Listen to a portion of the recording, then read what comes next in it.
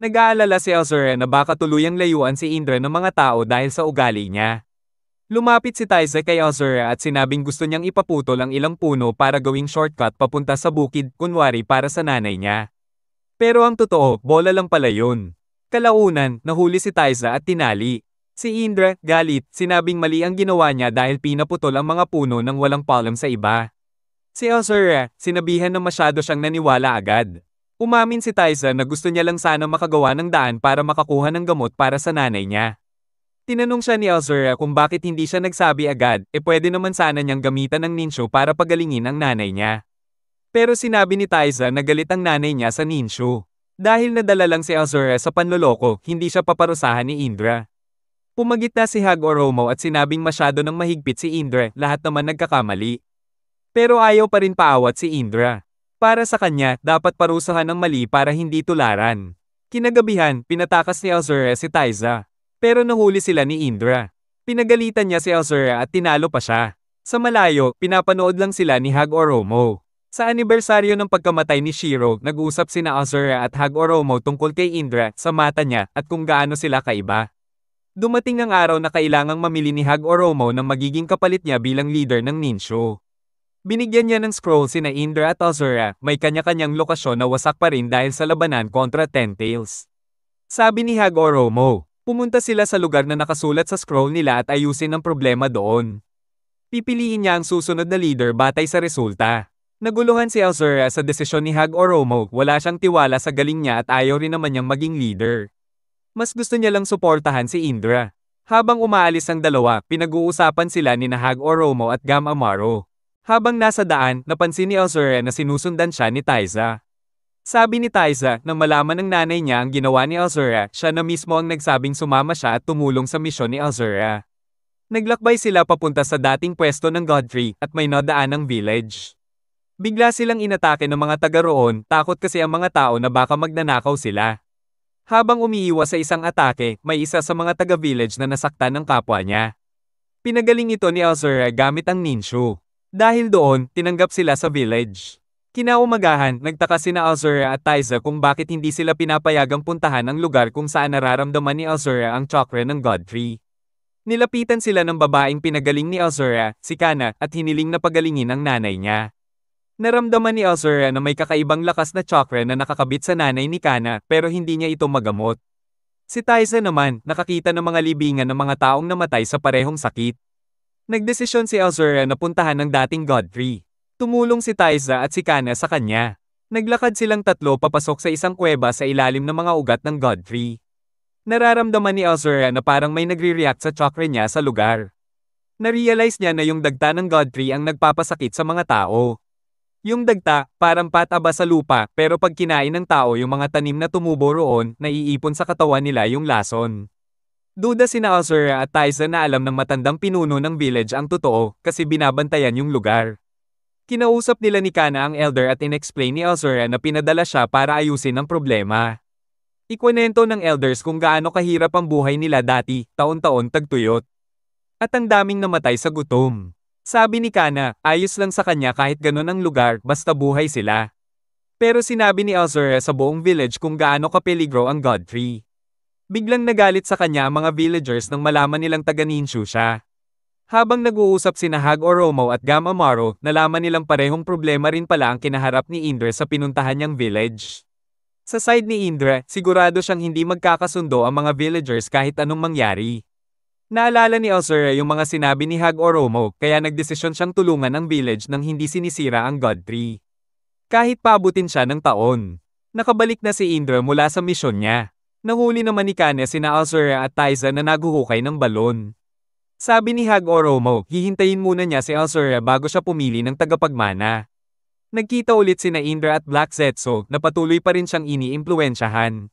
Makaraan ng isang taon, bumalik na si Azura sa Land of Ancestors. Kasama ang ilang villagers. Sinabi ni Gam Amaro kay Hag-Oromo ang mga nakita niya habang palihim silang nanunood. Sa village na pinuntahan ni Azura, nang malaman ng mga tao ang plano niyang maghukay ng balon, tumulong silang lahat.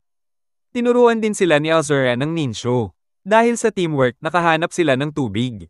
Safe na nilang winasak ang Godfrey. Sa wakas, nakapagdesisyon na si Hag-Oromo. Pinili ni Hag Oromo si Azura bilang tagapagmana niya na ikinagulat ng lahat. Tinanong ni Indra kung bakit hindi siya ang napili. Sabi ni Hag Oromo, may balita siyang halos masira na yung village na pinuntahan ni Indra, kaya gusto niyang malaman kung anong ginawa ni Indra roon. Sagot ni Indra, ginawa rin niya ang ginawa ni Azura, nagbigay ng tubig at winasak ang natirang god tree. Pero siya lang mag-isa ang gumawa. Sabi ni Hag Oromo, pagkatapos umalis ni Indra, nag-away-away ang mga villagers sa karapatan sa tubig. Kaya muntik nang magkagyera doon. Pinuri pa rin ni Hag Oromo si Indra sa Sharingan niya, pero hiniling niya na suportahan ito si Azura sa pagpapalaganap ng Ninshu. Umalis si Indra, kasama ang dalawang loyal sa kanya. Kinagabihan, napag-usapan ng dalawa niyang kasama na baka pwede silang kumausap kay Hag Oromo para ipaglaban si Indra. Nagpasalamat si Indra, sabay pinatay sila. Nagkaroon ng salo-salo bilang selebrasyon para kay Azura bilang bagong pinuno. Nag-uusap sina Taiza at Kane tungkol kina Indra at Azura. Tinanong ni Azura si Hag Oromo kung tama ba ang desisyon nito. Paliwanag ni Hag Oromo na wala ng kakayahang makaunawa si Indra dahil sa Sharingan niya, samantalang si Azura ay may malasakit sa iba. Hiniling ni Hag Oromo kay Azura na makipag-isa pa rin kay Indra. Binigyan niya si Azura ng kapangyarihan. Biglang umatake si Indra habang nagdiriwang ang lahat. Tinanggihan niya ang pagmamahal bilang gabay ng Ninshu, para sa kanya, ang pagtutulungan ay kahinaan. Napansin ni Hag Oromo at Azura ang Mangekyou Sharingan ni Indra. Umatake si Indra pero na-block ni Azura, kaya na-surprise siya. Ginamit ni Indra ang Susanoo. Sumama kay Azura si Hag Oromo at ang ibang tagasunod ng Ninshu. Na-block ni Azura ang isa sa mga atake gamit ang Truth-Seeking Balls. Nang magsanib ang chakra ng lahat, nagamit ni Azura ang Sage Art Wood release through several thousand hands at natalo si Indra. Tumakas si Indra at nangakong hinding-hindi niya kikilalanin si Azura o ang Ninshu. Ikinwento ni Hag Oromo kung paano nagtayo si Indra ng sariling grupo na puro power ang pinaniniwalaan. Ibinunyag din niyang inedit ni Black Zetsu ang stone tablet na iniwan niya, dapat sana'y babala iyon tungkol sa Sharingan. Bago mamatay si Hag Oromo, sinabi niya kay Azura na bumisita si Indra noong gabing iyon. Nangako si Indra na magre-reincarnate siya paulit-ulit hanggat hindi nawawala ang Ninshu na pinangungunahan ng pagmamahal. Natapos na ni Hag Oromo ang kwento niya sa 4 na Hokage. Sa isang episode, maagang natapos ng Team 7 ang isang mission at pinauwi na sila para magpahinga buong araw. Gusto ni Naruto ng mas mataas na rank na mission, kaya naisip niyang alamin ang totoong itsura ni Kakashi. Una, wala sa mood si Sakura sa ideya, pero biglang nagbago isip niya nang magpakita ng interes si Sasuke. Paalala ni Sakura, ilang beses na silang pumalpak sa paghahanap ng mukha ni Kakashi. Naniniwala si Naruto na baka may picture si Kakashi na walang mask. Sabi ni Sakura, hinanap na niya yun noon pero puro nakamas pa rin ang mga litrato. Biglang lumapit ang isang lalaking nagngangalang Seiya. Narinig niya ang usapan nila at sinabi niyang makikita raw ang mukha ni Kakashi sa ninja registration photo nito. Nagpakilala si Seiya bilang photographer na gustong makakuha ng malaking scoop. Sumama siya sa plano ng Team 7. Gabi na nang makapasok silang 4 sa isang lihim na storage ng mga dokumento. Nahanap pa nila ang registration photo ni Kakashi, pero naabutan sila ng mga anbo bago nila ito makita. Kinaumagahan, pinagalitan sila ng 3rd Hokage. Habang kinausap si Kakashi, sinubukan ni Seiya na isisi ang lahat sa Team 7. Pero tinawag siya ng Team 7 sa kalokohan niya, kaya nag-volunteer si Seiya na kuna na lang ng picture si Kakashi habang kumakain. Sabi ng Team 7, sinubukan na nila dati yun, lagi namang may istorbo. Nag-alok si Naruto ng dango kay Kakashi, pero biglang dumating si Kiba kasama si Akamaru na biglang tumalon sa mga kalapati. Sa mga kuha ni Seiya, natatakpan pa rin ang mukha ni Kakashi ng ibon. Aso, o dahon. Mukhang sisuko na ang Team 7 nang biglang dumating ang Teams 8 at 10. Ilang sandali pa, tumakbo si Hinata papunta kay Kakashi, sinabing may babaeng nalunod sa ilog. Siya pala yun, si Naruto na nakadisguised at na-drug ni Sakura. Plano nila, pilitin si Kakashi mag-mouth to mouth para lumabas ang mukha niya. Pero imbes gawin yun, dinala ni Kakashi si babae sa ospital. Nag-report si Hinata na failed na naman ang plano. Papunta na si Kakashi sa ospital pero inatake siya ni Choji. Nalito si Kakashi at napadapo sa mga insekto ni Shino kaya hindi siya makagalaw. Sinubukan ni Ino mag-body switch pero biglang may palakang lumundag sa harap niya. Binawi ni Shino ang mga insekto niya. Si Shikamaru, ginamit ang shadow technique para hawakan si Kakashi. Lumabas si Naruto sa disguise niya at tinawag si Seiya. Sinimulan na ni Shikamaru pilitin si Kakashi na tanggalin ang mask niya. Pero dumating bigla ang team guy, tumakbo si Neji, hinahabol ni Lee na gustong makipag-spar, tapos sumunod si Tenten. Dahil sa takbuhan nila, nagkaalikabok. Nadapa pa si Tenten sa likod ni Shikamaru kaya nawala ang Shadow Hold. Biglang naglaho si Kakashi, Shadow Clone lang pala siya. Nagpaalam si Seiya sa mga genin. Habang lumalakad sila Team 7, nakatago si Kakashi kasama ang team guy na mga Shadow Clone din pala. Nang naglakad din palapit ang Team 7, nawala na rin ang disguise nila. Habang papalayo si Seiya, nadaanan niya si Guy. Tinanong siya ni Guy kung may nangyari bang gulo, narinig kasi niya yung issue kina Kakashi at sa mga bata. Tinanong din niya si Seiya kung nagkita na ba sila dati. Umiling si Seiya, pero parang sure si Guy na pamilyar siya. Sa apartment, nagtanggal ng disguise si Seiya, si Kakashi lang pala siya all this time. Naligo siya pagkatapos, at habang iniisip ang mga nangyari, naisip niya na gumaganda na ang teamwork ng Team 7. Pero alam din niyang hindi na siya makaka-score ng ganitong kalokohan ng maraming beses. Sa kasalukuyan, pinaghiwalay ni Kaguya sina Naruto at Sasuke dahil sa utos ni Black Zetsu. Sina Naruto clone, Obito, Sakura, at Kakashi ay nanonood habang nakikipaglaban ng totoong Naruto kay Kaguya. Sigurado si Obito na kaya niyang i-sync ang kamui niya sa space-time jutsu ni Kaguya para mahanap si Sasuke. Napansin ni Kaguya ang grupo nila pero nakafocus siya sa totoong Naruto. Inatake niya ito pero ginamit ni Naruto ang chakra ni Kokoa para palakasin ang taijutsu niya. Nagbanggaan sila ng todo. Na-pressure si Kaguya sa dami ng clones ni Naruto kaya nagbukas siya ng bagong portal. Sinabayan agad ni Obito at sumunod si Naruto kay Kaguya papunta sa main dimension nito. Napansin ni Black Zetsu na nakasunod si Naruto sa tunay na dimension ni Kaguya. Pinilit ni Zetsu si Kaguya na patayin si Naruto kahit gusto sana ni Kaguya na i-absorb ang chakra nito. Tinaira ni Kaguya si Naruto gamit ang mga buto niya. Akala niya patay na ang original kaya bumalik siya sa Ice Dimension. Bigla namang lumabas sina Obito at Sakura mula sa Kamui Dimension, mission nila ngayon na mahanap si Sasuke. Nagulat sina Kaguya at Zetsu nang makitang andoon pa rin ang mga clones ni Naruto sa Ice Dimension. Nilaipat ni Sakura ang nakaimbak niyang chakra kay Obito para makatulong ito sa paghahanap. Gumamit si Obito ng Kamui para mag-scan sa bawat dimension ni Kaguya. Na-realize ni Zetsu na ang totoong Naruto ay may dalang truth-seeking balls. Nahanap ni na Obito at Sakura si Sasuke at gamit ang Amino-Tejikara, nakatawid siya sa portal na binuksan ng kamui ni Obito. Ikinwento ni Hagoromo sa 4 na Hokage ang nangyayari sa Team 7 at kung paano siya nagpakita gamit ang kaluluwa niya mula sa kalahating katawan ni Madara. Binanggit din niya na hindi na niya magagawa ang isang jutsu dahil binigay na niya ang karamihan ng chakra niya kina Naruto at Sasuke. Nahihirapan si Obito sa sobrang chakrang ginamit niya para mahanap si Sasuke. Naalala niya si Rin, ang dati niyang pangarap na maging Hokage at ang pagkakakompetensya nila ni Kakashi.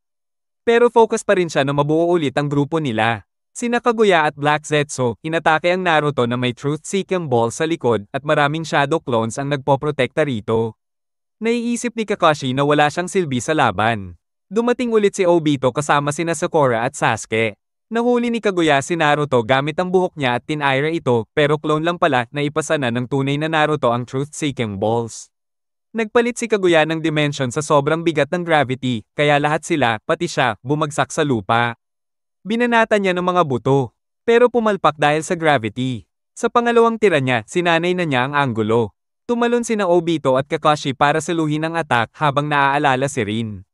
Ginamit ni Obito ang kamui para ilihis ang butong patama kay Kakashi, pero siya mismo ang tinamaan. Sabi ni Obito, magstay pa si Kakashi kahit konti.